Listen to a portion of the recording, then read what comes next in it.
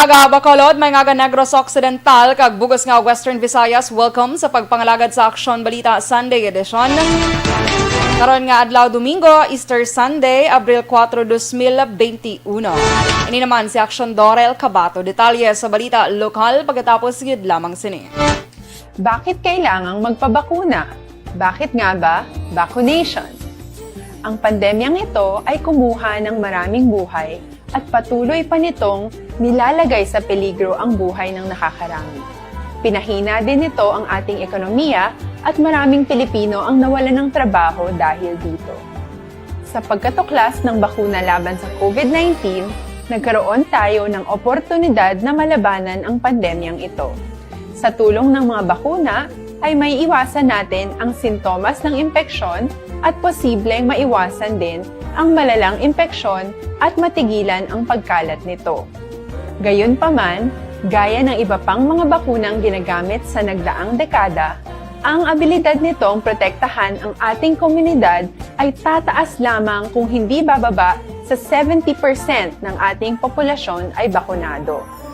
Halimbawa, kung ang iyong barangay ay mayroong 100,000 katao, hindi dapat bumaba sa 70,000 ang dapat mabakunahan upang matiyak na proteksyon ang buong komunidad. Kaya ating tandaan, ang pagbabakuna ay hindi lamang para sa iyo o sa iyong pamilya. Ito ay para din sa iyong barangay, lungsod at probinsya. Tara, sa Vida Vaccination! Aling mga bakuna ang gagamitin sa Pilipinas? Sa ngayon, may limitadong supply ng bakuna sa buong mundo. Sa katunayan, halos 80% ng stock sa buong mundo ay nabili na ng mga mayayamang bansa. Dahil dito, walang iisang kumpanya ang maaaring mag-supply ng 110 million na bakuna sa Pilipinas, kaya naman nakikipag-usap ang ating gobyerno sa 7 manufacturers. Sinisiguro natin na ang mga bakuna na to ay makakatanggap ng Emergency Use Authorization at kung may EUA sila, doon lamang sila bibilhin at gagamitin ng ating gobyerno para sa ating vaccination program. Nagbibigay ang EUA ng assurance o katiyakan na ang bakuna ay dumaan sa masusing pagsusuri at nirerekomenda ng mga independent na eksperto sa atin. Hindi mo rin kailangan mag-alala. Ang bakuna laban sa COVID-19 ay hindi magbibigay sa iyo ng COVID na sakit. Tara, sa Vida Vaccination! Magkano ang babayaran ko para mabakunahan? Ibibigay ng gobyerno ang bakuna ng libre. Wala kang dapat bayaran para magpabakuna. Tara, sa Vida Vaccination! Sino ang unang makakapagpabakuna? Dahil kailangan nating masiguradong patuloy na makakapagtrabaho ang ating health system para maalagaan tayo, ang mga medical frontliners ang unang makakatanggap ng bakuna. Susunod dito ay yung mga eligible na senior citizens dahil sila ay nasa greatest risk ng severe infection o kamatayan. Alam natin ito dahil sa ating lokal na datos na mas mapanganib ang COVID-19 sa mga matatanda. Ang pagkakasunod-sunod na kung sino ang unang makakatanggap ng bakuna ay natukoy sa tulong ng mga eksperto. Tara, sa Vida Vaccination! Kailan at saan ka dapat magpabakuna? Ang inyong national government ay nakikipag-ugnayan sa mga lokal na pamahalaan upang maihatid ang bakuna sa inyo. Ang lokal na pamahalaan or LGU nyo ang maghahanda ng pagpaparehistro at pag-ayos ng schedule ninyo sa pagpapabakuna. Mangyaring abangan ang anunsyo at instructions na magmumula sa inyong mga mayor or governors ukol dito. Tara, sa Vida Vaccination! Ano ang kailangan mo bago magpabakuna? Habang hinihintay natin ang pagdating ng mga bakuna, kumuha lamang ng impormasyon sa mga mapagkakatiwalaang sources. Magtanong lamang sa mga licensed medical professionals ukol sa wastong pagbabakuna para sa COVID-19. Matuto rin tayong mag-verify ng ating mga nababasa o naririnig. Tanging tamang impormasyon lamang ang makakapaggabay sa ating desisyon na magpabakuna. Ang inyong health history ay mahalaga din sa pagtukoy kung dapat ka bang bakunahan o hindi, kung anong bakuna o angkop sa iyo. Kaya Sunday Edition sa Aksyon!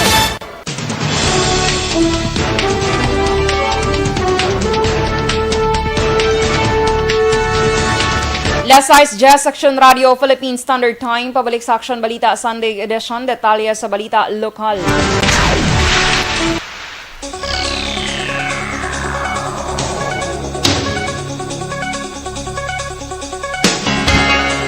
Dead on the spot ang duha ka miyembro sa 15th Infantry Battalion sa Philippine Army sa ginapatihan nagluntad nga ambush launa kahapon sa hapon sa Sitio Cambaga, Barangay Yaw-Yaw, Banwa sang Kawayan, Negros Occidental. Sulo kay Police Major Luel Garinganaong hepe sa Kawayan PNP ang duha ka Philippine Army ang nagapatigan sa intelligence monitoring sa mga lugar sang pangluthangon sa wala madeterminan nga kadamuon sa ginapatihan miyembro sang New People's Army o kon NPA. Dugang pa ni Garinganaong mabiktima sa kaypa sa motorsiklo kag nakilalaan nga miyembro sila sang Philippine Army. Nagresponde ang katapo sang militar sa lugar. Nagluntad ang pila ka minutos nga lukpanay. Karon sini ginakompleto pa ni Garinganaw ang ngalan sa mga nagkalamatay.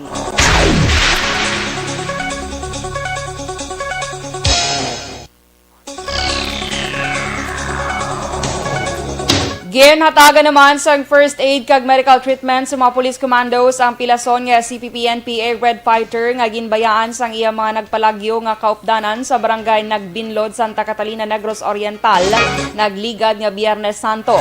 Suno kay PNP Chief Police General Debol Sinas, nagpatigayon sang Joint Strike Counterinsurgency Operation sa mga police commandos halin sa 6th Special Action Battalion kaupod ang SAF Commando Corps Class 105-2019 kag Regional Mobile Force Battalion 7 may kang tanan sa impormasyon sa presensya sang NPA sa nasambit nga lugar.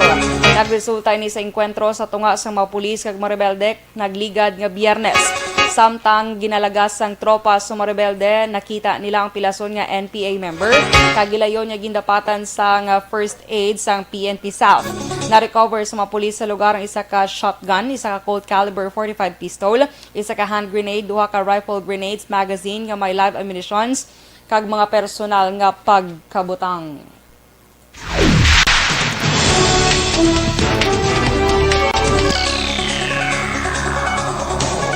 Sa iban nga balita lokal, liwat nga naka-record ang Department of Health 6 ang duha ka panibag-o nga napatay bangod sa COVID-19 sa Western Visayas kahapon nga adlaw Abril 3. Ini base sa ginpagwa nga case bulletin sang Department of Health 6 bangod sini nagsaka na sa 788 ang total deaths nga na-record sa DOH 6 sa rehiyon. Nagsaka naman sa 25,106 ang total recoveries bangod sang 70 ka bag-o nga nag-ayo. Nadugangan man ang rehiyon sa 109 ka bag-o nga kaso. Sa mga bag-o nga kaso, 95 dire ang local cases, 4 ang locally stranded individuals o kon LSI, kag napulo ang authorized person outside residence o kon APOR. Sa 109 ka new cases, 42 halin sa Negros Occidental, 29 sa Bacolod City, 11 sa Iloilo Province, 2 sa Iloilo City, 9 sa Antique, 16 sa Aklan, kag wala sa man record nga new cases sa Capiz kag Guimaras. Sa kabugusan ng Western Visayas sa may 27,941 na ka mga kaso, sa diin 2,041 ang active cases kag 788 naman ang total deaths bungod sa COVID-19.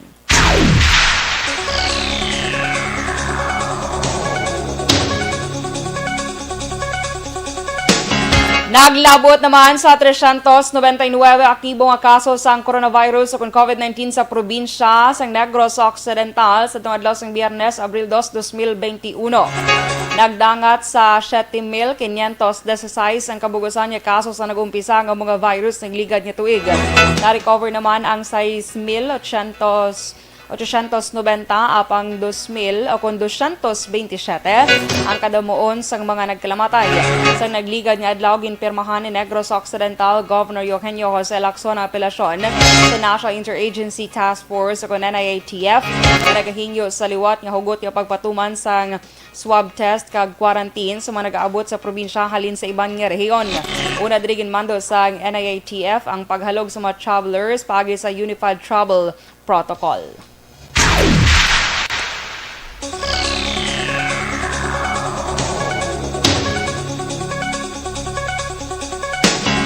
Nagpanumdom ang local government unit sang Bacolod nga magasira subong adlaw Domingo ang makapihan kag resort sa syudad sang Bacolod. Inibilang preventive measures sa pagpadulong sumataw sa sining nga mga lugar karon nga Easter Sunday. May pila ka makapihan sa area sang Alangilan ang nagsira karon nga Holy Week umpisa Abril 1 tubtub 4. Una na ginpahayag ni Vice Mayor Elcid Familyaran nga tradisyon na sumapinoy ang pagpadulong sa mga resort sa Tion sang pagkabanhaw ni Jesucristo. Pero bangod sa pagsakas ng COVID-19 cases, ginpangamay ang mga negosyante nga temporaryo anay nga magsira subong adlaw. Kahapon nga adlaw, Sabado 29 ang bagong COVID-19 cases sa Bacolod kag initanan ng local cases. Sa kabugusan ng Bacolod, ang may 268 na kaaktibo nga kaso.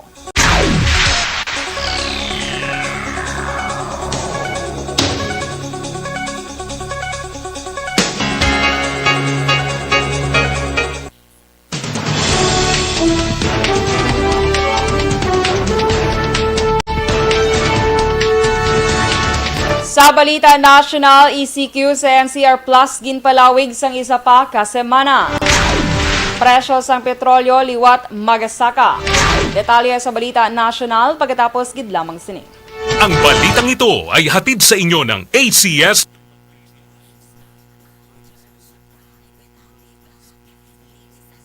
Alright, good morning mga ka-aksyon. Happy Easter Sunday. So sa mga nagabiyahe subong para maglagaw sa ibang lugar kay diri sa Bacolod, sirado ang mga resort sa Punta Taytay kag mga tawag ni kapihan or highland resort naman sa Langilan, Granada din pa diri sa Bacolod. So sa mga magalakat subong nga adlaw halong-halong gid.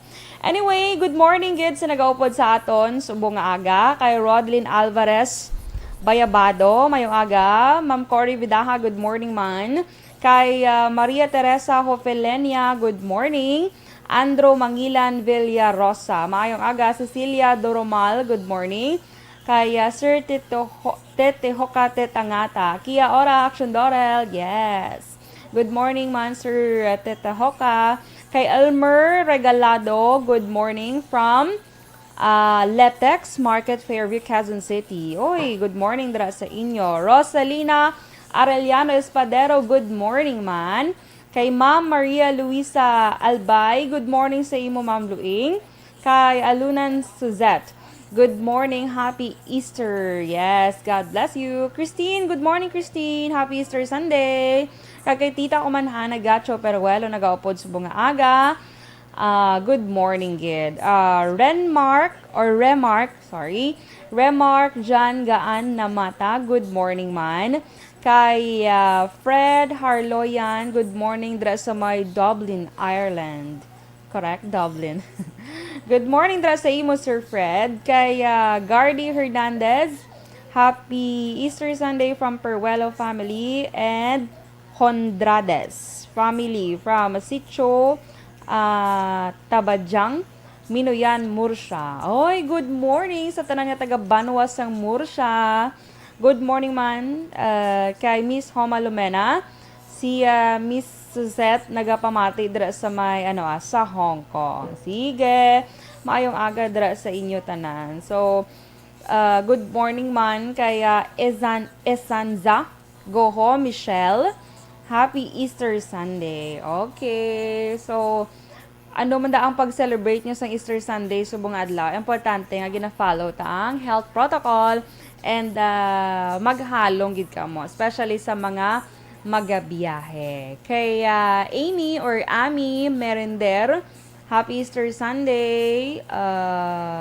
Good morning sa Merender family. Okay. So, sige.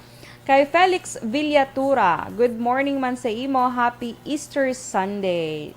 So, nakapangita na kamo sa mga itlog. Amo ginano ang ginahimo sang mga Pinoy, especially ang mga Catholic or ibang mga churches, nagahimo man sila kung during Easter Sunday nagatimprano pabugtaw, pangitaay sang egg, sang itlog. No, do kasadya lang. Ti galing subong guro ang iban ambot lang. I think wala sila yan na lang. Sige, wala sila nagpatigayon sa kamuna. Sige, standby for Balita National. Yung Balita Sunday Edition sa Aksyon!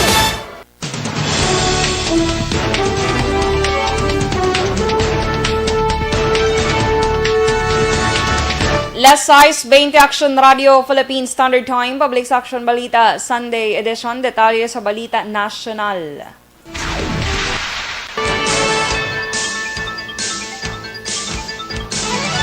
Ginpalawig pagid sa isa ka semana ang Enhanced Community Quarantine o kon ECQ sa NCR Plus sugod Abril 5, suno kay Presidential Spokesperson Harry Roque.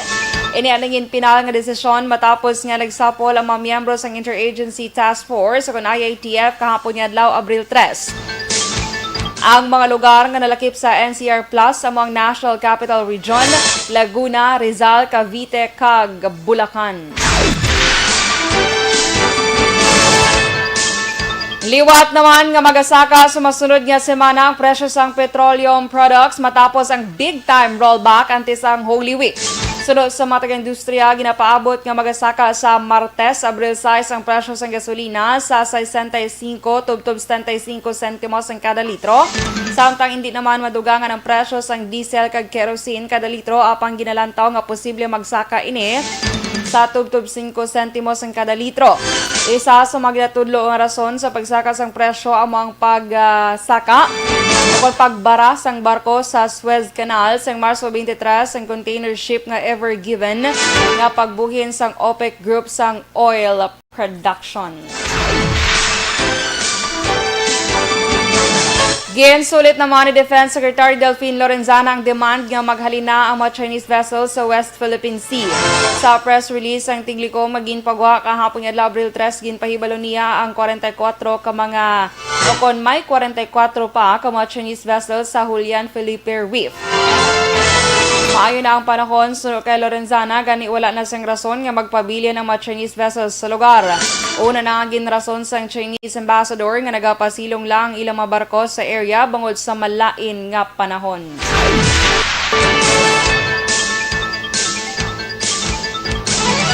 Kag sa katapusan nga Balita National, naka-record sa 7 ka bagong kaso sa COVID-19 sa mga Filipinos abroad ang Department of Foreign Affairs kahapon nga Abril 3. Base sa datos sa ahensya, 12 ang new recoveries o kung bago nga naka-recover sa Asia and the Pacific kag America. Wala naman sang na-record ang DFA nga napatay bangod sa balatian kahapon nga adlaw.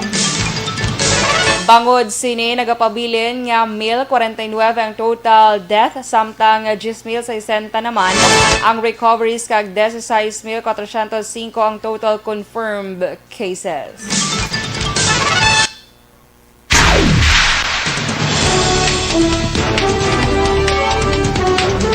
Last size 23 Action Radio Philippine Standard Time. Detalye sa Balita International kag sports pagkatapos gid lamang sini.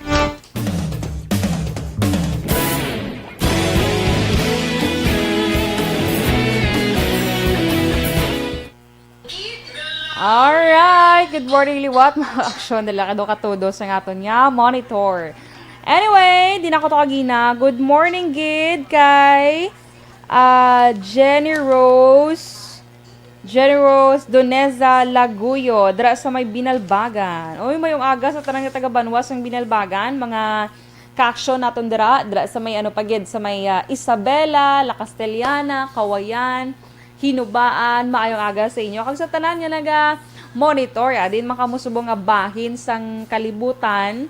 Good morning idra sa inyo. Keep safe gid kamo tanan mga ka-aksyon. Kay soon kung mag-ayo na ang panahon, madula na ang COVID-19, magkilit anay kita tanan. Okay? So importante gid nga nagatuman ta sa health protocol kay mas importante nga subong di tanay makalagaw sang sa hindi ka nagid kalagaw kay kill ka na kay tungod sa COVID. So hindi joke ang COVID, ha? Okay? So sige. Si Rodolfo Suela, good morning, permiga pamate. Okay, sige. Good morning, Rodolfo Suela. Kaya Diding Alohamiento, good morning man, happy Easter Sunday sa imo.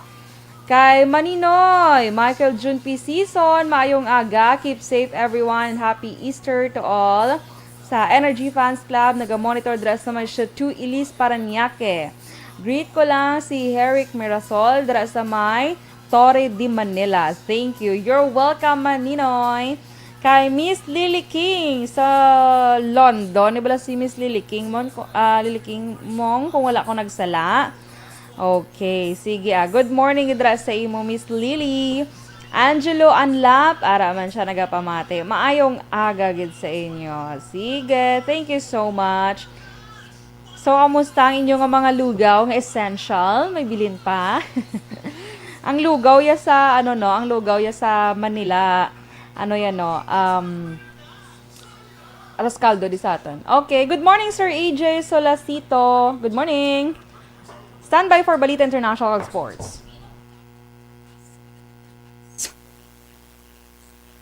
Aksyon Balita Sunday Edition sa Aksyon!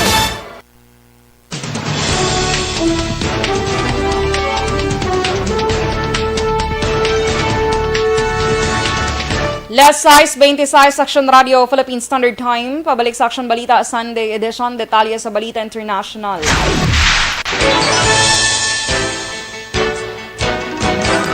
Magapatuman sa istrikto nga seguridad ang Indonesia sa masimbahan karon nga Easter Sunday. Ini matapos sa nagluntad nga bomb attack sa isa ka simbahan na kaligad nga semana. Ipalapta sa masimbahan ng makapulisan kag soldado kadungan sang pagselebra sa Easter Sunday sa simbahan Katolika. Sudok ka Indonesian Communion of Churches spokesman Philip Situ Murang, mabakod sa gihapon ang pagtuo sa mga Katoliko bisan pa pila na ka beses ang natabo nga pagpangatake sa mga simbahan. Madumduman nga 20 ka matawo ang pilason sa duha ka paglupok sang bomba sa isa ka simbahan sa Makassar City sa Sulawesi Island. Sa diin ginapalupok man sa mga suicide bomber ang ila kaugalingon.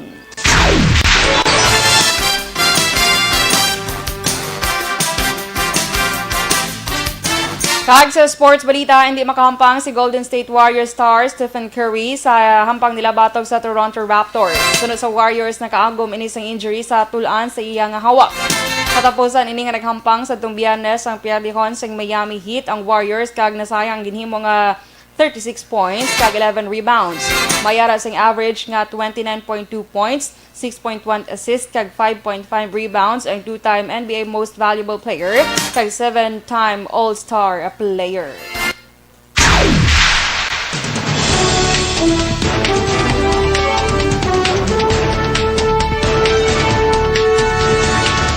Last size 27 Aksyon Radio Philippine Standard Time kag inyo nabatian ang bugos nga detalye sa Aksyon Balita Sunday Edition. Karon nga adlaw Easter Sunday Abril 4, 2021. Good morning lang kay Rodolfo Suela. Always gid nagapamati sa Aksyon Radio Bacolod. Thank you so much Rodolfo Suela. Good morning man kay JR Panagiton.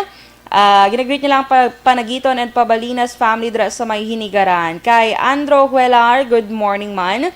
Gibor Arbias. Helen Montano, good morning. Okay. So sige, madamo gid nga salamat mga ka-aksyon sa inyo pagupod sa akong subong nga aga. Ini naman si Aksyon Dorel Cabato. Una sa balita na sa Aksyon. Sa Bacolod, Aksyon Radio.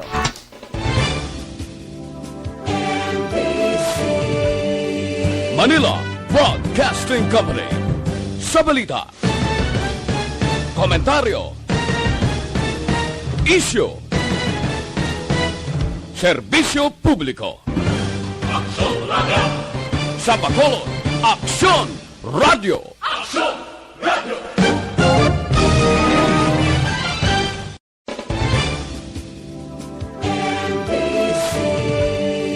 Manila Broadcasting Company. Sa balita, komentaryo, issue, serbisyo publiko. Aksyon Radio. Sa Bacolod, Aksyon Radio. Aksyon Radio.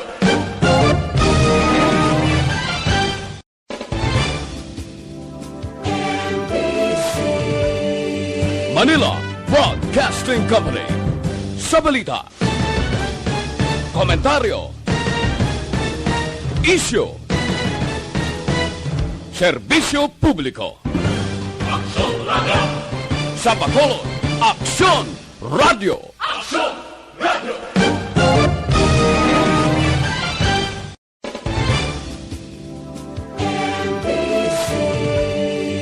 Manila Broadcasting Company. Sa balita, komentaryo, isyu, serbisyo publiko. Aksyon Radio. Sa Bacolod, Aksyon Radio. Aksyon Radio.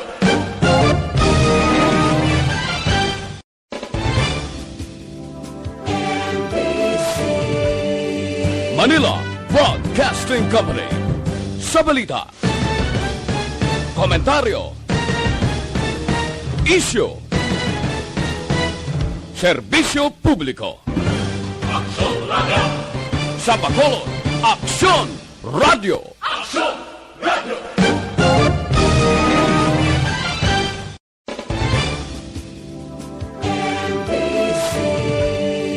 Manila Broadcasting Company. Sa balita, komentaryo, isyu, serbisyo publiko. Aksyon Radio. Sa Bacolod, Aksyon Radio. Aksyon Radio.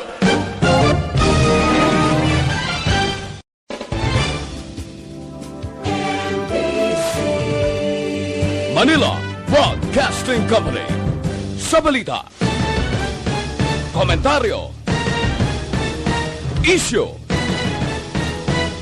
serbisyo publiko. Aksyon Radio. Sa Bacolod, Aksyon Radio. Aksyon Radio.